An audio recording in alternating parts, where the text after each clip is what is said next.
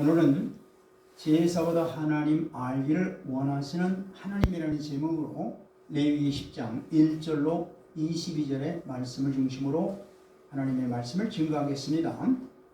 레위기 8장에서 제사장이 위임되고 제9장에서 첫 제사 행위가 거룩하게 끝난 후 하나님의 영광이 여호와의 불로 응답이 나타나는 그 기쁨의 절정에 이제 이르게 됐던 것이죠. 그러나 이것 바로 레위기 10장에서는 제사장 아론의 아들 나답과 아비후의 죽음으로 그들의 기쁨은 간 곳이 없고 분위기는 제사장에 대한 경계가 주어지는 장면이 바로 10장의 내용입니다. 자, 10장 1절로 2절 말씀을 보겠습니다.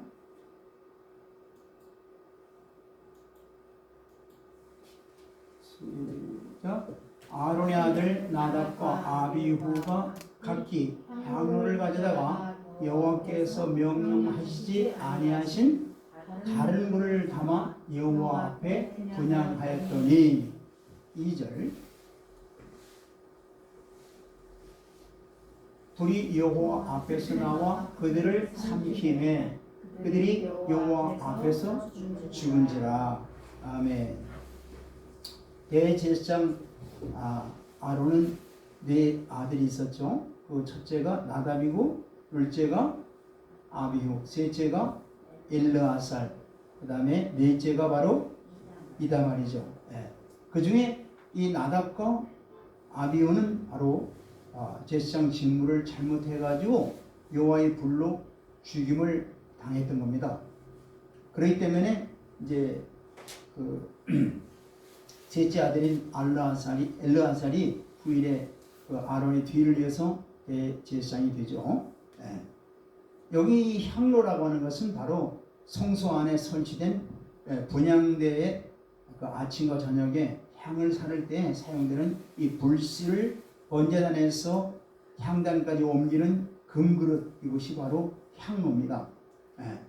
또 이 다른 불이라고 하는 것은 바로 이 불이 구체적으로 어떤 불인지는 성경에 나와 있지 않지만은 하여간 여호와 하나님께서 명하신 번제단의 불이 아닌 일반 불을 의미하는 거예요.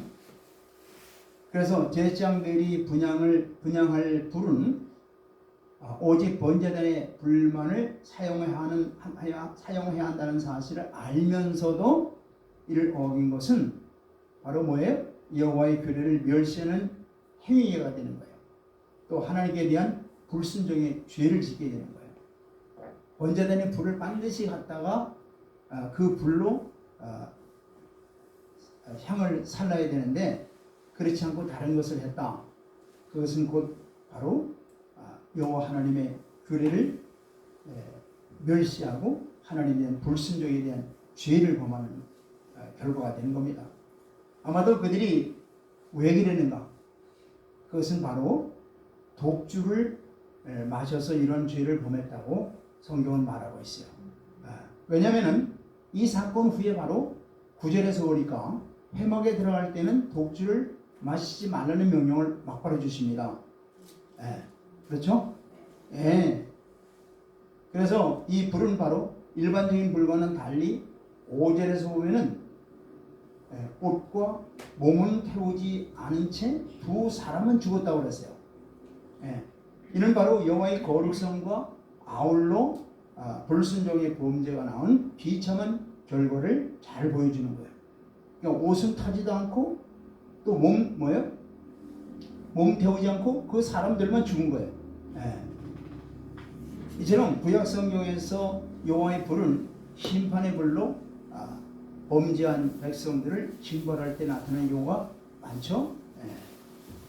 자, 이렇게 하나님의 초자연적인 그 불의 심판으로 나답과 아비후가 급작스레게 죽임을 당한 겁니다.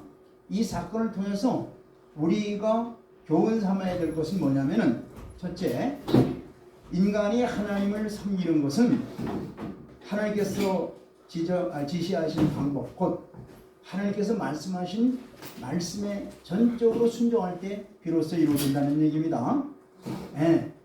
그 말씀 속에 하나님의 지혜와 능력과 성품이 다 들어있어요. 그러니까 우리가 하나님을 섬긴다고 하는 것은 뭐냐?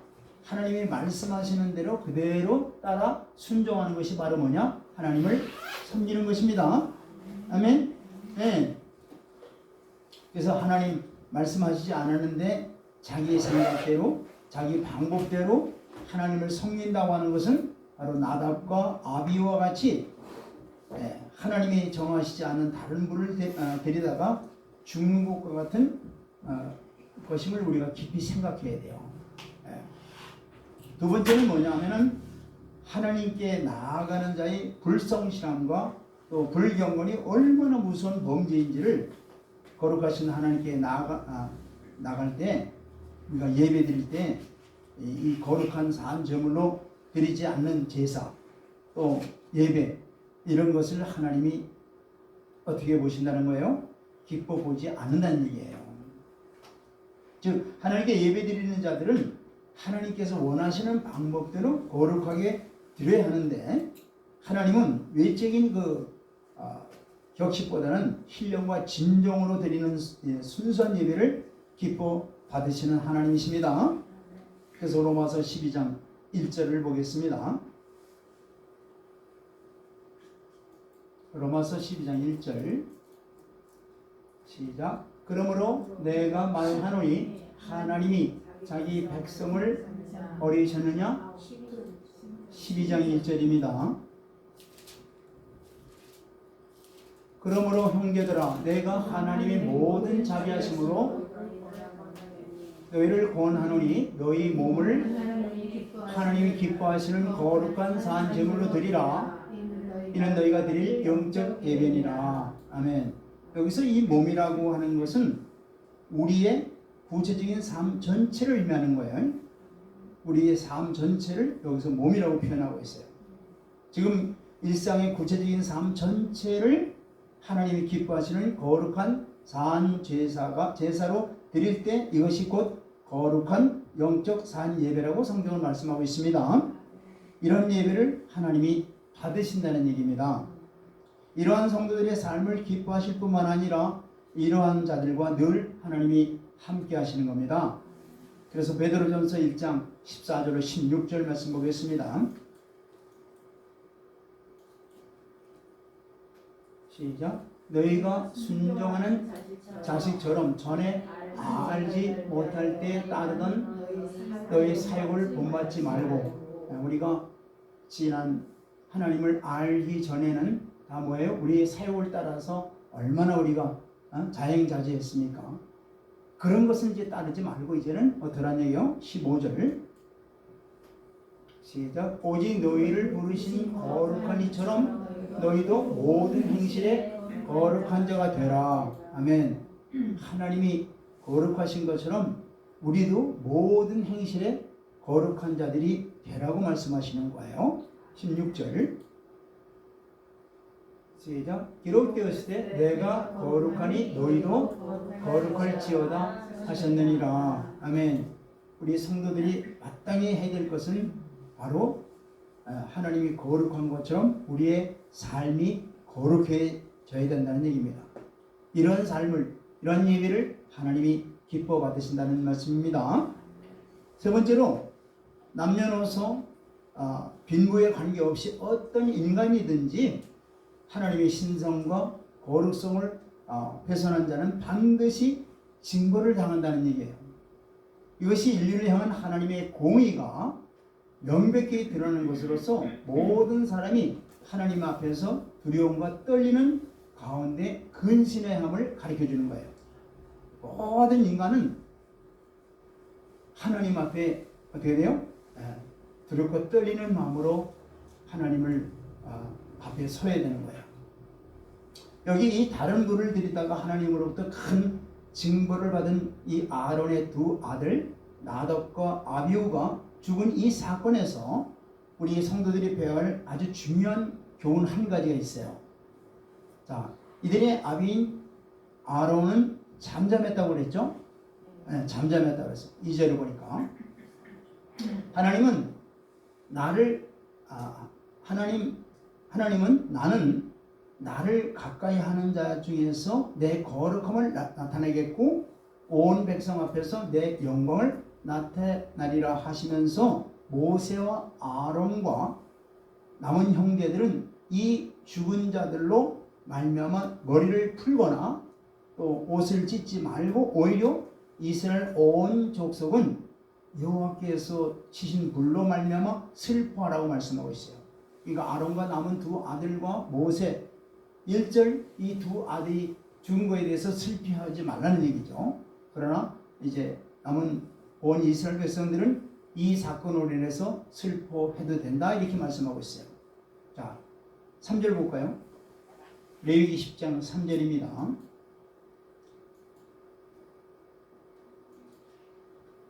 시작. 모세가 아론에게 이르되 이는 여호와의 말씀이니라 이르시기를 나는 나를 가까이 하는 자 중에서 내 거룩함을 나타내겠고 온 백성 앞에서 내 영광을 나타내리라 하셨느니라. 아론이 잠잠하니, 아론이 잠잠했다 그랬어요. 자, 이는 여호와의 말씀이라고 말씀하고 계시죠. 자, 이건 뭐냐면은 이 모세는 눈앞에서 벌어진 이 급작스러운 슬픈 상황에 직면해서 그 대처할 방법을 주의 종의 권위로 또 그리고 하나님의 대리자로서 대제사장 아론에게 지금 명령을 하고 있는 거예요. 이게 바로 이는 여호와의 말씀이니라 이렇게 말씀하고 있는 거예요. 자, 나를 가까이 하는 자 중에서 나를 가까이 하는 자가 누굴까요? 바로 아론과 그의 자손 곧 제사장으로 기름 부음을 받은 자들을 가리키는 말이 바로 나를 가까이 하는 자들이죠. 원래 제사장으로 세움을 입은 것은 바로 여호와께 가까이 나갈 수 있는 자격을 얻은 것이 바로 뭐냐면은 제사장이라는 뜻이에요. 그래서 내 거룩함을 또 영광을 나타내라. 그러니까 제사장은 하나님의 거룩함을 나타내야 되고 하나님의 영광을 드러내야 되는 거예요. 제사장들이. 자, 하나님은 거룩한 분이시기 때문에 그분을 섬기는 성도 또한 거룩해야 된다는 말씀입니다.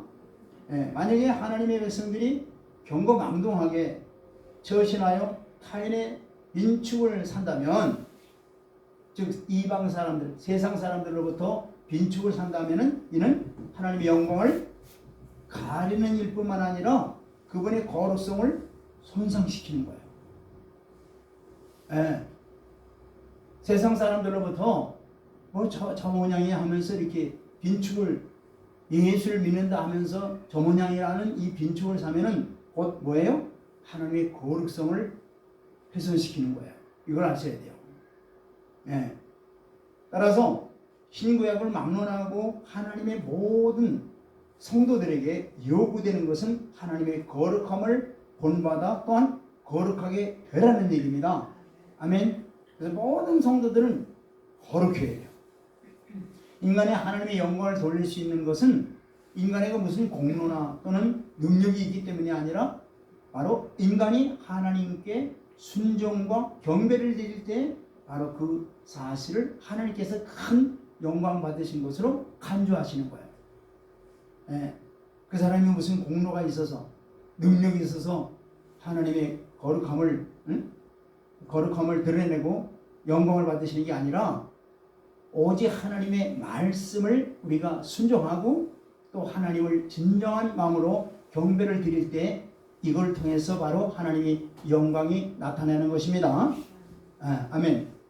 그리고 대제사장 아론은 자식이 죽었으면 당연히 자식을 잃은 슬픔으로 억제할 수 없이 울음이 나와야 되는데 그래야 당연한 일인데 성경은 오히려 잠잠했다고 말씀하고 있죠. 이는 아론이 눈물이 없는 매정한 사람이라 그런 것이 아니란 얘기죠. 또 사랑이 없어서 그렇게 한 것이 아니에요. 이는 바로 대제사장답게 하나님의 공의와 주권을 겸손하게 인정하고 자신을 쳐서 하나님께 복종시키는 참된 신앙의 자세를 보여준 겁니다. 여기서 우리의 주의된 종된 그 자들은 바로 겸허한 신앙 자세와 성도의 인내가 필요하다는 것을 우리가 알아야 돼요. 예. 우리 성도들도 삶 속에 감당할 수 없는 수많은 시련과 또는 고난이 임할 때가 있죠. 우리도 삶의 여러 가지 어려움, 고통 가운데 참으로 이루 말할 수 없는 그런 어려움들을 겪을 때가 있잖아요. 그럴 때 성도는 절대로 하나님을 원망하지 말아야 돼요. 그런 시련 속에서 하나님의 뜻을 바라보면서 겸손한 신앙 자세를 취해야 함을 이 본문 말씀을 통해서 우리에게 교훈해 주시는 거예요. 여러분들, 이 세상에 이루어지는 일 가운데 우연한 것이 하나도 없어요. 특별히 성도들에게서 당하는, 성도들이 겪는 일들은 절대 우연한 것이 하나도 없어요. 반드시 거기에는 뜻이 있어요. 하나님의.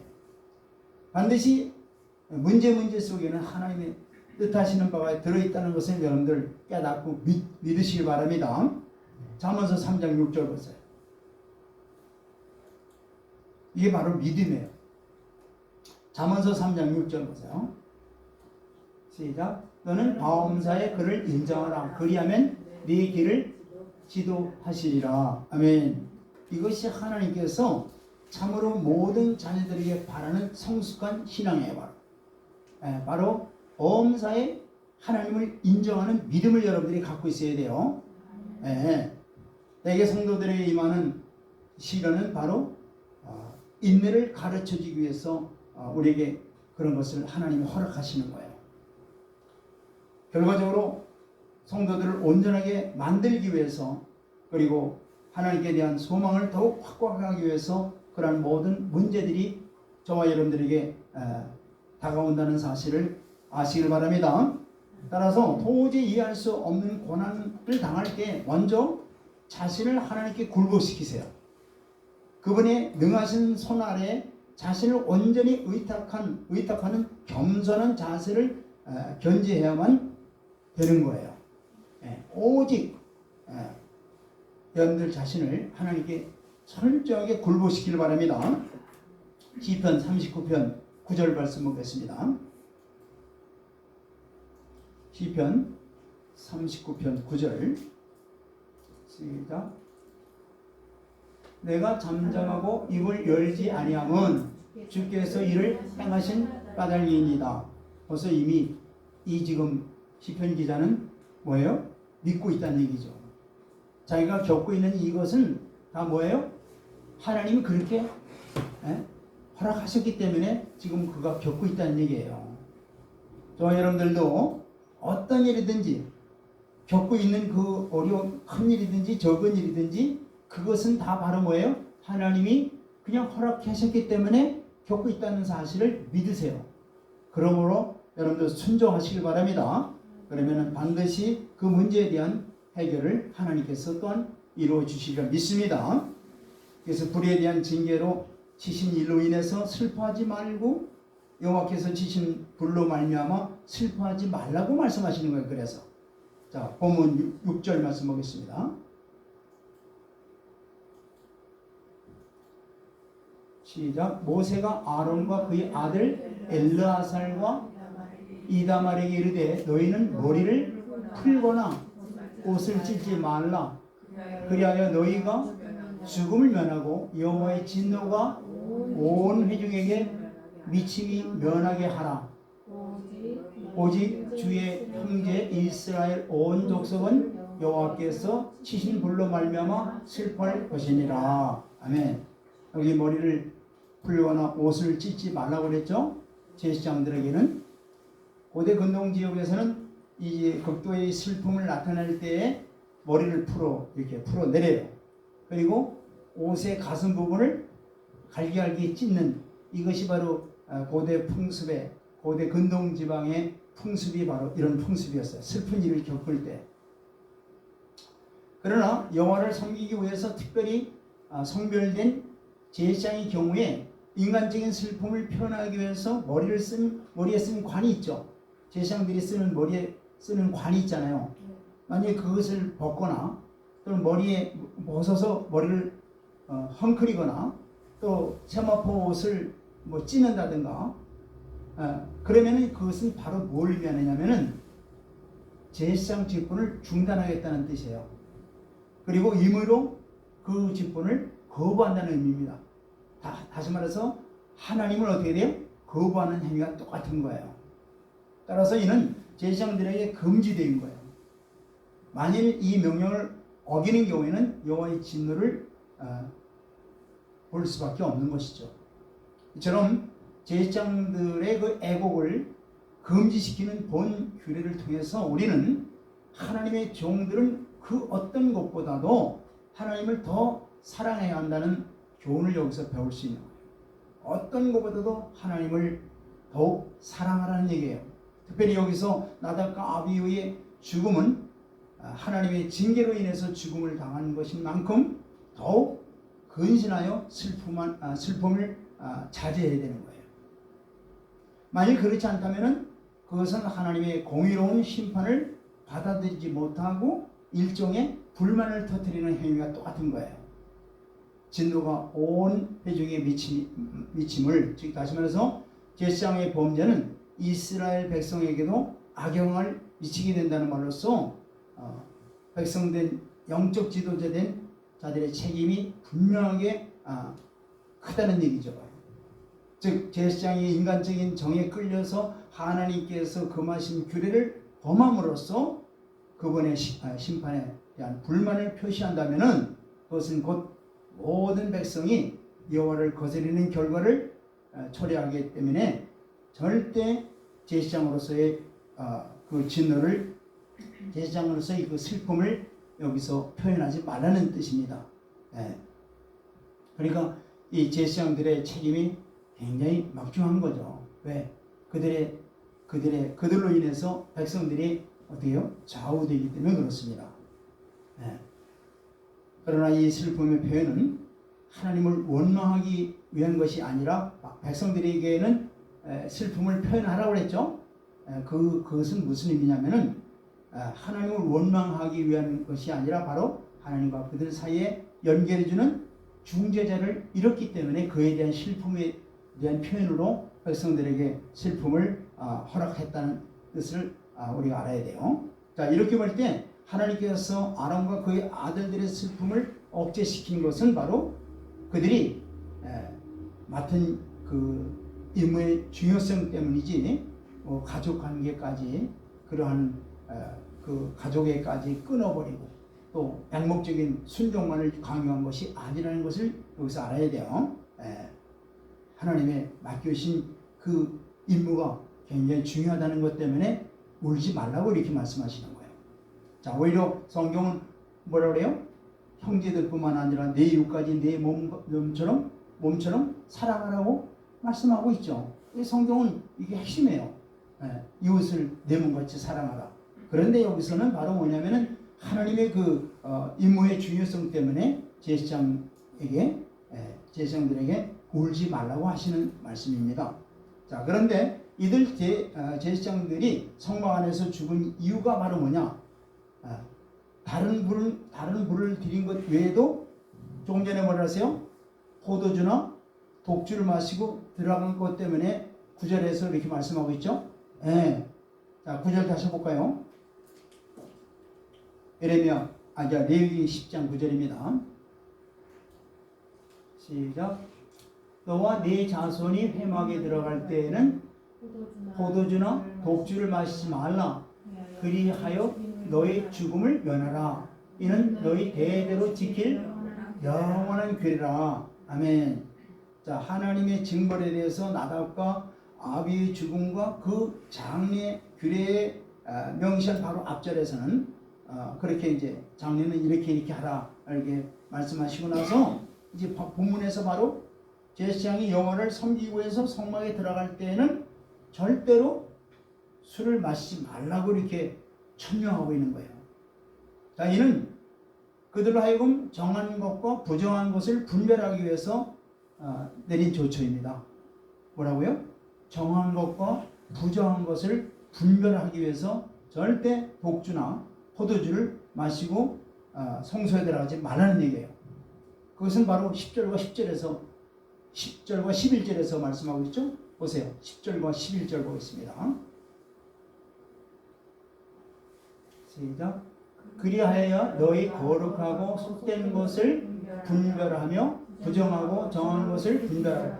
그러니까 술 취한 정신으로 이런 것을 구별할 수 없다는 얘기예요. 맑은 정신으로, 맑은 정신으로 이것을 구별할 수 있는 것이지, 술을 먹고 나서는 어떻게 돼요? 정신이 아주 몽롱하죠. 그런 가운데 어떻게 이런 것을 분별할 수 있겠느냐는 얘기예요. 11절 보세요.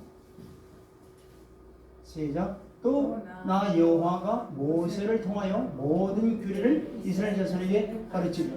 그래야 또 이스라엘 백성들에게 하나님의 말씀을 제사장들이 가르칠 수 있지 않겠어요?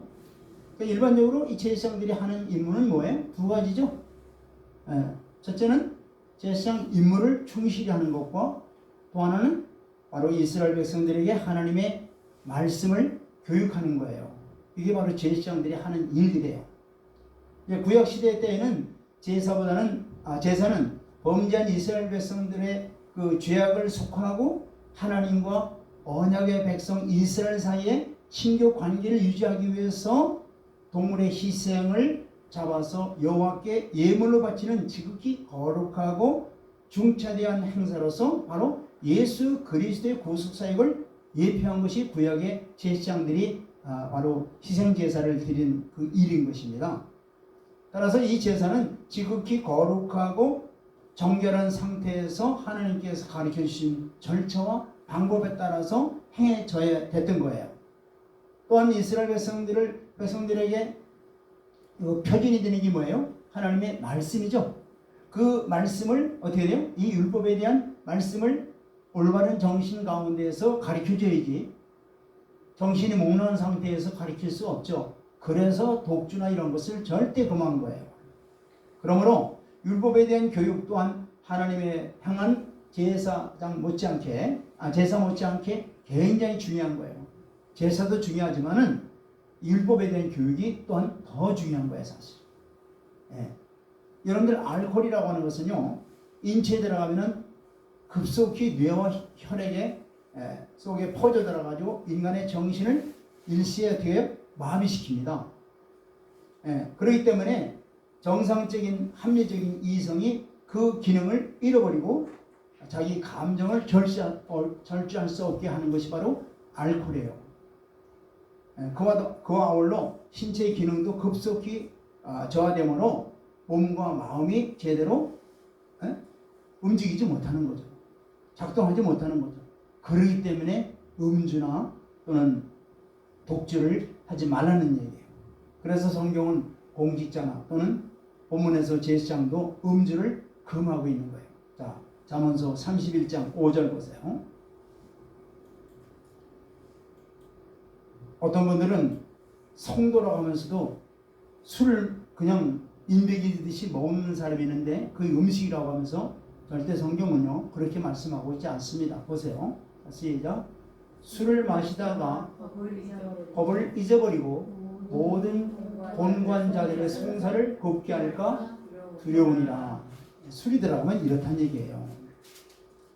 자, 그렇다면 오늘날 이 세상의 빛과 소금으로서 살아갈 막중한 책임을 지는 성도가 음주를 해도 될까요?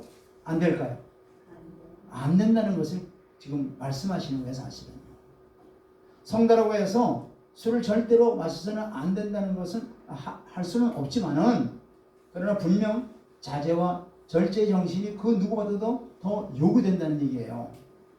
만약에 제사장이 제사 드릴 때 백성을 가르칠 때 술을 마시고 혼면 가운데서 자신의 임무를 소홀히 한다면 그것은 하나님의 거룩성을 훼손하는 거예요.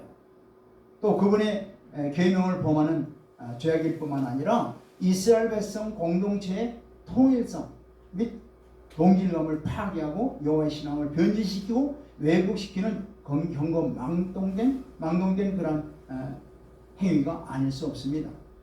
그래서 절대 독주나 술을 마셔서는 안 된다고 말씀하는 거예요. 우리를 신앙에서 멀어지게 하는 이 모든, 여기 독주라고 하는 것은 꼭 술만이 아니라 우리로 하여금 신앙에서 멀어지게 하는 모든 세속적인 또 이 그 모든 것들을 여기서 사실은 독주라고 얘기할 수 있는 것이죠. 자, 이러한 육적인 성품에 물들지 않기 위해서는 늘 어떻게 돼요? 그래서 성경은 성령 충만하라고 말씀하시는 거예요. 너희가 술에 취하지 말고 성령 충만하라. 그래서 사도 바울도 바로 이 말씀을 기준으로 해서 선포하고 있는 겁니다. 보세요. 에베소서 5장 16절로 18절 말씀 보겠습니다. 시작. 세월을 아끼라. 때가 악하니라. 세월을 여러분들 아껴야 돼요. 때가 많은 것처럼 보이지만은 때가 여러분들, 저나 여러분들 다 한정되어 있어요. 절대 한정된 나이를 한정된 것을 여러분들 아셔야 돼요. 자, 17절. 그러므로 어리석은 자가 되지 말고 오직 주의 뜻이 무엇인지를 이해하라. 뜻이 다 있다 그랬죠. 우리 성도 한 성도에 대한 뜻과 또 교회에 대한 뜻이 다 있어요. 국가에 대한 뜻이 다 있어요. 그것을 어떻게 돼요? 하나님의 뜻이 나를 향하신, 여러분들을 향하신 뜻이 무엇인가를 어떻게 해요? 헤아리라는 얘기예요. 그래서 18절 시작. 술 취하지 말라. 이는 방탕한 것이니 오직 성령의 충만함을 받으라. 술 취하지 말라는 것은 조금 전에도 말씀드렸지만은 꼭 술만이 아니라 세상에 썩어져 가는 것에 취하지 말라는 얘기예요. 세상에 취하지 말고, 그러면 성도로서 마땅히 해야 될 것은 뭐예요? 성령 충만함을 받으라는 얘기예요. 성령 충만을 받아서 성령께서 우리를 향하신 뜻, 하나님께서 우리를 향하신 뜻 다 가르쳐 주세요. 그 뜻대로 우리가 순종해 나가야 될 것입니다. 그럴 때 우리를 구원하신 뜻이 이루어지는 거예요. 할렐루야. 그것은 바로 성령 충만함을 통해서 이루어지는 거예요. 자, 이들이 제사를 드린 후에 제사장들의 범과에 대해서 아론은 책망을 합니다. 보세요. 자, 본문 레위기 10장 16절로 18절 보세요. 이들이 제사를 잘 드렸어요. 제사를 이제 다 드렸는데, 드리고 난 후에 이제 모세가 이들을 책망합니다. 보세요. 시작. 모세가 속죄제 드린 염소를 차린즉 이미 불살랐는지라. 그가 아론의 남은 아들 엘라살과 이다말에게 노하여 이르되. 지금 염소를 지금 하나님께 드린 거죠. 제물로. 근데 염소를 드린 후에 그 다음에 이제 이 모세가 이걸 가지고 이제 그 제사장들에게 음식으로, 지금 먹는 음식으로 주려고 그랬는데 염소를 찾았는데 찾아보니까 없어요. 불에 다 태워버린 거예요, 이들이. 자, 17절.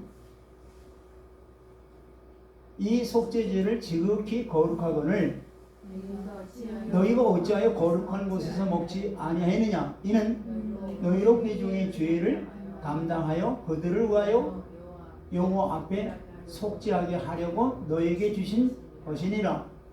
속죄 제물을 이제 아주 지극히 거룩한 건데, 이거를 다 드리고 나서 이제 제사장들이 뭘 먹어야 되는 거예요.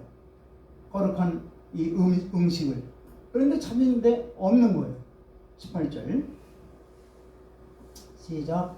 그 피는 성소에 들어오지 아니하는 것이었으니 그 제물은 너희가 내가 명령하는 대로 거룩한 곳에서 먹어야 했을 것이니라.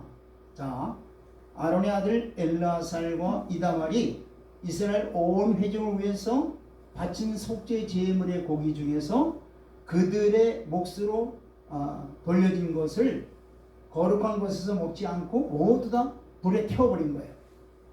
이에 대해서 모세가 지금 책망을 하고 있는 내용이 바로 이 본문 말씀이죠.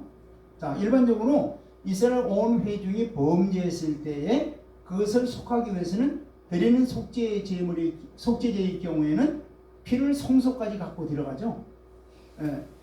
단주위에 뿌리기 때문에 그 희생제물의 고기는 먹을 수가 없어요.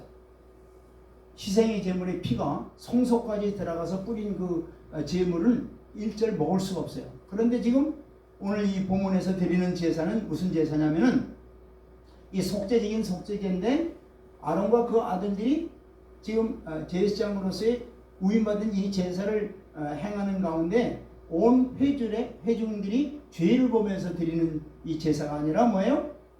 이 회중들의 그 정결하게 하기 위해서 드리는 제물이기 때문에 피를 성소까지 가지고 가서 뿌린 게 아니고 제단에서 그냥 다 쏟아버리고 이제 그 남은 제물은 뭐예요?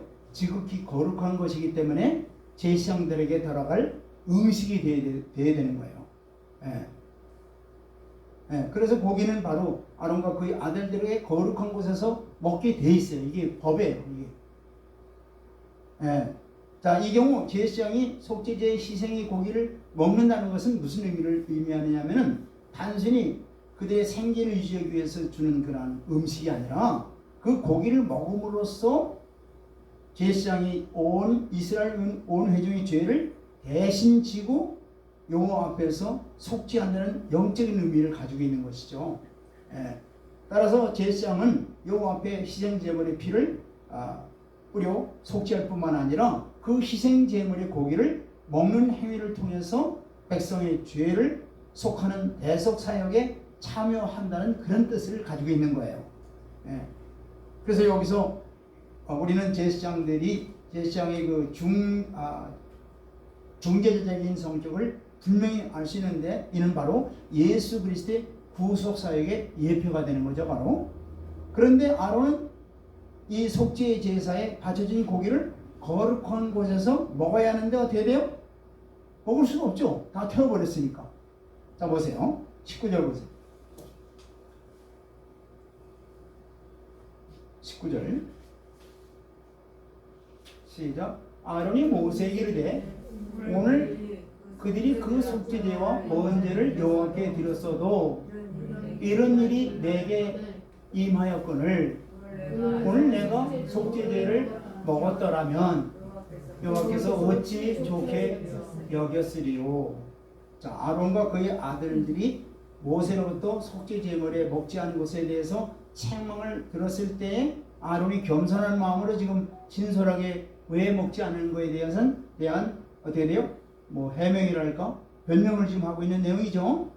자, 아론이 이 두 아들 나답과 아비후에게 임한 하나님의 심판이 너무나도 엄중하고 생생하여서 자신들이 그 제물을 먹음으로써 백성들이 죄를 속하기에는 자신의 성질이 너무나 부족하다는 사실을 깨닫고 두렵고 떨리는 마음에서 먹지 않았다는 얘기죠. 그리고 갑작스러운 두 아들의 죽음으로 인해서 충격이 대단했을 거 아니겠습니까? 충격을 받았고 또한 마음의 평정을 이런 그런 비통한 상태에서 감히 성물을 먹을 수 없다는 겸손한 마음에서 먹지 않았음을 아론이 진솔하게 대답을 하고 있는 거예요. 원래 율법으로 따지면 어떻게 돼요? 이들은 하나님의 법을 어긴 거죠. 먹어야 되잖아요. 거룩한 이 성물을. 근데 먹지 않았다는 얘기죠. 자, 오늘 그들은 이 속죄제와 또 번제를 여호와께 드렸어도 이런 일이 내게 임하였거늘 오늘 내가 이 속죄제물을 먹었더라면 여호와께서 어찌 좋게 여겼을 것이냐 이런 얘기예요. 아론이 대답이. 어쨌든 아론이 이 속죄 제육을 먹지 않은 것이 하나님의 명령을 고의로 어긴 것은 아니죠. 하나님의 뜻에 합당하고자 노력했던 점이 인정되었으므로 그 고기를 먹지 않은 것으로 율법의 명령을 어긴 죄를 범했지만은 그 문제로 인해서 징계를 받지 않은 것이 성경에서 말씀하고 있죠. 볼까요? 20절 보세요. 율법을 분명히 어겼지만은 모세도 그렇고 하나님도 어떤 반응을 하셨나 보세요. 자, 시작. 모세가 그 말을 듣고 좋게 여겼더라. 그러니까 아론의 지금 변명이랄까요? 먹지 않은 이유에 대해서 겸손하게 대답을 하는 그 내용을 들어보니까 아론의 진실된 이 마음을 이제 모세가 이걸 읽은 거예요. 뭘 하려면 더군다나 더 아론의 마음을 다 알고 계시겠죠. 그래서 모세가 그 말을 듣고 좋게 여겼더라. 이렇게 성경은 말씀하고 있는 거죠. 자, 아론이 경건한 마음으로 먹어야 되는 음식을 아들들이 죽은 사건으로 인해서 도저히 경건한 마음으로 먹을 수 없었을 뿐만 아니라 만일 그런 준비되지 못한 마음으로 제육을 먹었다면 그것은 또한 또 하나의 죄를 범하는 것이 아니겠느냐는 얘기예요. 그래서 아론의 답변에서 모세도 이를 좋게 여겼을 뿐만 아니라 하나님께서도 율법을 어긴 것을 징벌하지 않으셨던 겁니다. 자, 여기서 우리가 아주 중요한 사실을 우리가 하나 알아야 되는데, 이 율법이라고 하는 것은 과연 뭘 의미할까? 율법. 자, 율법 초기 시대의 성경은 바로 율법의 근본 사상은 문자가 아니라 마음이라는 거예요. 율법의 한 조항 하나, 문자 하나하나 그것을 따지는 게 아니라 그걸 지켰느냐 안 지켰느냐 그 문자적인 것을 지금 요구하는 것이 아니라 그 율법 속에 들어있는 마음을 지켰느냐, 마음에 순종했느냐, 이걸 지금 성경은 우리에게 말씀하고 있는 겁니다. 자, 이러한 사상은 바로 후일에 바로 사무엘상 15장 22절을 보세요. 제사와 관련된 순종에 대한 말씀을 이렇게 주시죠. 사무엘상 15장 22절 말씀 보겠습니다. 시작. 사무엘이 이르되 여호와께서 번제와 다른 제사를 그의 목소리를 청종하는 것을 좋아하신같이 좋아하시겠나이까? 순종이 제사보다 낫고 듣는 것이 수양의 기름보다 나으니. 아멘. 아멘. 당연히 제사를 드릴 때 어떻게 돼요? 제물을 드려야 되잖아요. 자, 그러면 제물을 드렸다 할지라도 거기에 대한 순종하는 마음이 없이 그냥 의식적으로만 드렸다면은 어떤 게 더 나을까요? 제사를 드리는 게 나아요? 아니면 불순종하는 게 더 나아요? 네? 불순종하는 게 나아요? 제가 질문을 잘못했나요? 어쨌든 이 진짜 그 율법이라고 하는 것은 뭘 의미하냐면은 정말 그 안에 들어있는 하나님의 마음을 우리가 마음으로 순종하는 것, 이걸 요구하시는 거예요. 아멘. 그러니까 여기서 순종이 뭐보다 낫다고요? 제사 드리는 것보다 낫다는 얘기예요. 자, 23절도 보세요. 자, 이는 거역하는 것은 점치는 죄와 같고 완고하는 것은 사신 우상에게 절하는 죄와 같음이라. 왕이 여호와의 말씀을 버렸으므로 여호와께서도 왕을 버려 왕이 되지 못하게 하셨나이다. 아멘. 또 이사야 선지자도 이렇게 말하고 있습니다. 자, 이사야 1장 13절 보세요. 구약에 다 이 지금 율법의 본 뜻을 문자적인 것이 아니라 그 안에 들어있는 그 마음, 이것을 순종하느냐 안 하느냐, 이것을 지금 계속 말씀하시는 겁니다. 보세요. 시작. 헛된 재물을 다시 가져오지 말라. 분양은 내가 가증히 여기는 거요. 올삭과 안식일과 대회로 모이는 것도 그러하니 성회와 아울러 악을 행하는 것을 내가 견디지 못하겠노라. 마찬가지죠. 제사를 아무리 제물을 아무리 하나님 앞에 가서 산더미 같이만 드렸다 할지라도 그걸 하나님이 기뻐하시겠느냐. 어떨 때 정말 본 뜻을, 즉 하나님의 뜻에, 즉 말씀에 순종하지 않고 그냥 형식적으로 드리는 이 제사를 하나님이 기뻐 받으시겠느냐는 얘기예요. 그래서 16절 말씀에 이렇게 말씀하십니다. 16절 시작. 이사야서요? 네, 이사야 1장 16절입니다. 너희는 스스로 씻으며 스스로 깨끗하게 하여 내 목전에서 너희 악한 행실을 버리며 행악을 그치고. 아멘. 제사가 중요한 게 아니라 제사가 중요한 게 아니라 정말로 하나님께서 원하시는 것은 바로 이 악행을 다 버리고 회개하고 진정으로 하나님의 마음에 돌아오라는 얘기예요. 아멘. 하나님의 뜻에 순종하라는 얘기예요. 이게 바로 율법에서 요구하는 바로 문자적인 것이 아니라 하나님은 우리에게 마음을 요구하신다는 뜻이에요. 그래서 주님께서도 이것을 말씀하시는 거예요. 주님께서도 호세아 마태복음 9장 13절에서 주님은 이 말씀을 가지고 호세아 6장의 6절 말씀을 가지고 인용하고 이렇게 말씀하십니다. 자, 시작. 너희는 가서 내가 공의를 원하고 제사를 원하지 아니하노라 하신 뜻이 무엇인지 배우라. 나는 의인을 부르러 온 것이 아니요 죄인을 부르러 왔노라 하시니라. 아멘. 예. 자, 주님이 원하는 게 뭐예요? 공의와 제사는 다 뭐예요? 예? 다 선한 것이죠. 제사도 선하고 공율도 다 선한 것이잖아요. 그런데 공율보다는 더 선한 것이며, 이 제사보다 공율이 더 선한 것이고, 제사보다 먼저 이루어져야 되는 것이 뭐예요?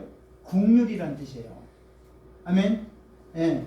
그래서 하나님께서는 율법의 그 여자적인 조항 하나하나를 얽매이는 것 이렇게 원치 아니하세요. 그럼 뭐예요? 바로 그 안에 들어있는 공률과 용서와 자비, 사랑, 이것을 하나님이 원하시는 거예요. 아멘. 예. 그래서 하나님 앞에서는 죄를 지은 것이 근본적으로 중요한 문제가 아니라 대신 그 죄를 회개하고 진심으로 자박하는 것이 가장 크고 중요한 문제라는 것을 성경은 말씀하고 있는 것입니다. 예. 그러기에 아론이 보여준 겸허한 심령은 바로 비록 그가 율법을 어겼을지라도 하나님과 모세의 마음을 누그러뜨릴 수 있었던 것은 바로 뭐냐? 바로 하나님께서 원하시는 그 본뜻을 아론이 깨달았고 겸허한 마음으로 순종했기 때문에 이것을 다 하나님께서 이 아론의 답변을 받아들인 거예요. 태도를, 마음을 받아들인 겁니다. 자, 우리도 늘 하나님 앞에서 하나님을 진정으로 사랑하는 마음으로 하나님 말씀을 즐겨 순종하는 저와 여러분들이 되길 주의 이름으로 축원드립니다. 아멘.